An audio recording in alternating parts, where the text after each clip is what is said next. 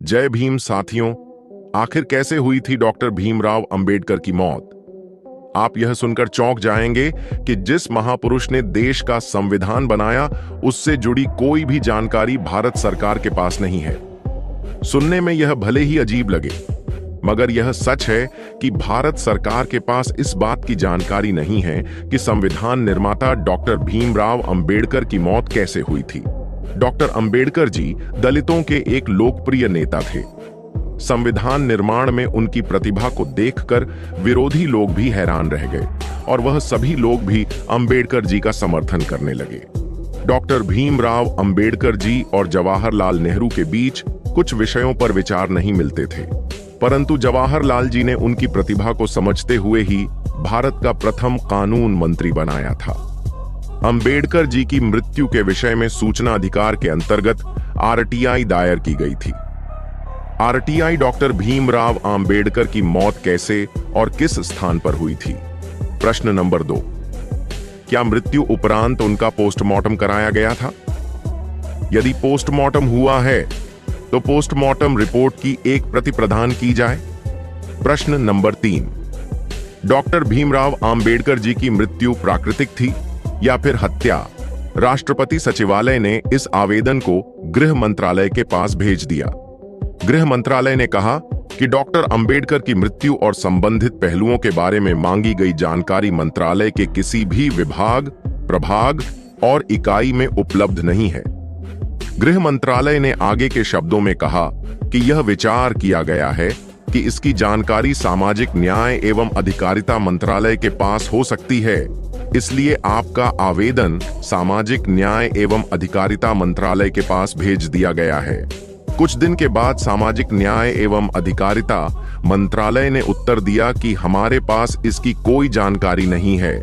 आपका आवेदन सूचना प्राप्त करने हेतु डॉक्टर अंबेडकर फाउंडेशन को भेज दिया गया है। डॉक्टर अंबेडकर फाउंडेशन ने कुछ दिन के बाद अपने पास कोई जानकारी नहीं होने की सूचना देकर आवेदन वापस गृह मंत्रालय को भेज दिया। गृह मंत्रालय के केंद्रीय जन सूचना अधिकारी ने आखिरी में उत्तर दिया कि इससे आगे अब उन्हें इस बारे में जानकारी नहीं है कि यह सूचना किस विभाग से संबंधित है। आरटीआई एक्ट के तहत दायर आवेदन के जवाब में केंद्र के 2 मंत्रालयों और अंबेडकर प्रतिष्ठान ने अपने पास अंबेडकर की मौत से जुड़ी कोई भी जानकारी होने से इनकार किया है। एक मंत्रालय के जन सूचना अधिकारी ने यह भी कहा है कि उन्हें इस बात की जानकारी नहीं है कि मांगी गई सूचना किस विभाग से संबद्ध है। आरटीआई कार्यकर्ता आर.एच. बंसल ने राष्ट्रपति सचिवालय में आवेदन दायर कर पूछा था कि डॉक्टर भीमराव अंबेडकर की मौत कैसे और किस स्थान पर हुई थी। उन्होंने यह भी पूछा था कि क्या मृत्यु उपरांत उनका पोस्टमार्टम कराया गया था।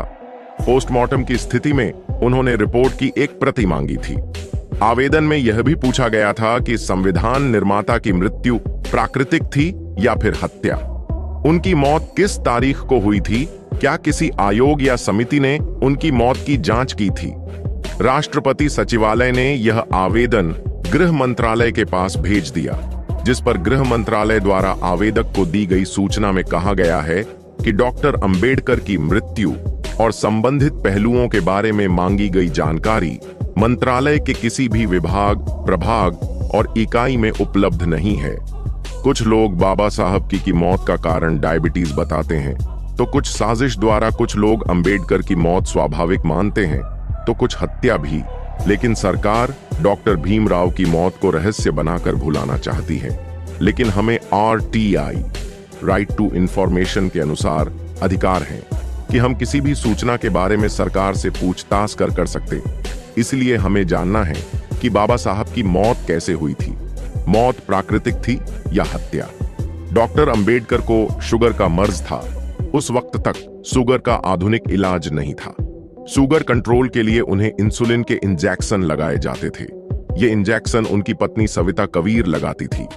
दिल्ली में उनके घर पर 5 दिसंबर 1956 की रात भी उन्हें वह इंजेक्शन लगाया गया था।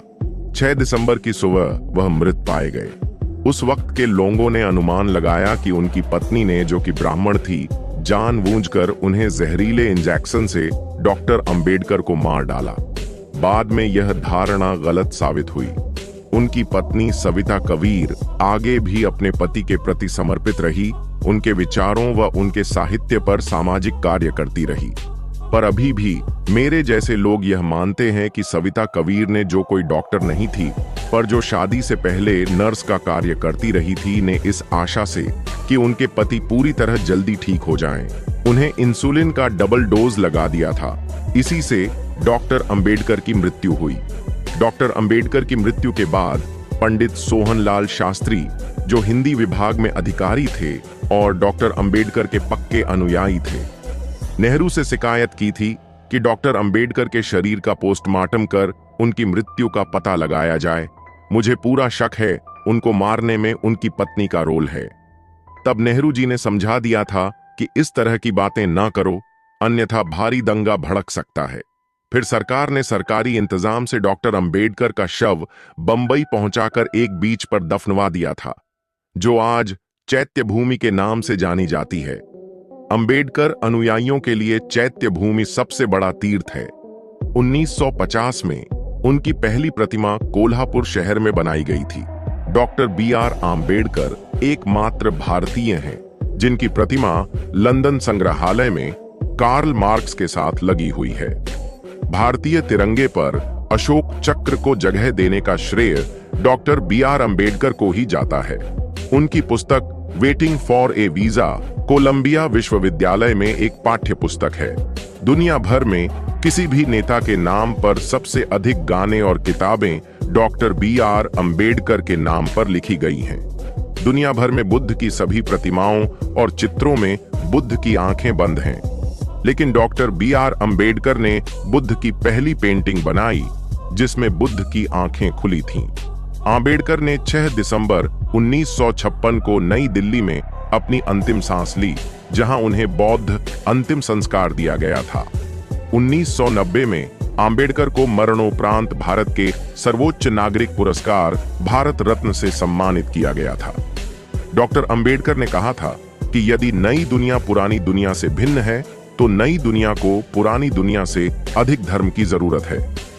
डॉक्टर आम्बेडकर ने यह बात 1950 में बुद्ध और उनके धर्म का भविष्य नामक एक लेख में कही थी। वे कई बरस पहले से ही मन बना चुके थे कि वे उस धर्म में अपना प्राण नहीं त्यागेंगे जिस धर्म में उन्होंने अपनी पहली सांस ली है। 14 अक्टूबर 1956 को उन्होंने बौद्ध धर्म अपना लिया। यदि आपको हमारे द्वारा बनाया गया यह वीडियो पसंद आया हो और आप चाहते हैं कि हम आपके लिए रोजाना ऐसा ही वीडियो लाते रहें, तो आप हमें आर्थिक मदद कर सकते हैं। दिए गए QR कोड को स्कैन करके हमें आर्थिक मदद भेज सकते हैं, जिसकी हमें इस समय बहुत आवश्यकता है। बाबा साहेब पर बनाया गया हमारा ये वीडियो कैसा लगा, आप हमें कमेंट करके जरूर बताएं। दोस्तों, आज की वीडियो में बस इतना ही। इस चैनल पर मैं सिर्फ बाबा साहेब के जीवन से जुड़ी छोटी बड़ी सभी जानकारी लेकर आता रहता हूं। यदि आप बाबा साहब को पसंद करते हो और इनके बारे में और अधिक जानना चाहते हो तो हमारे भीमराव साहेब चैनल को सब्सक्राइब करें। वीडियो को पूरा देखने के लिए धन्यवाद। उम्मीद करता हूं आपके विचार भी बाबा साहब की तरह अच्छे होंगे।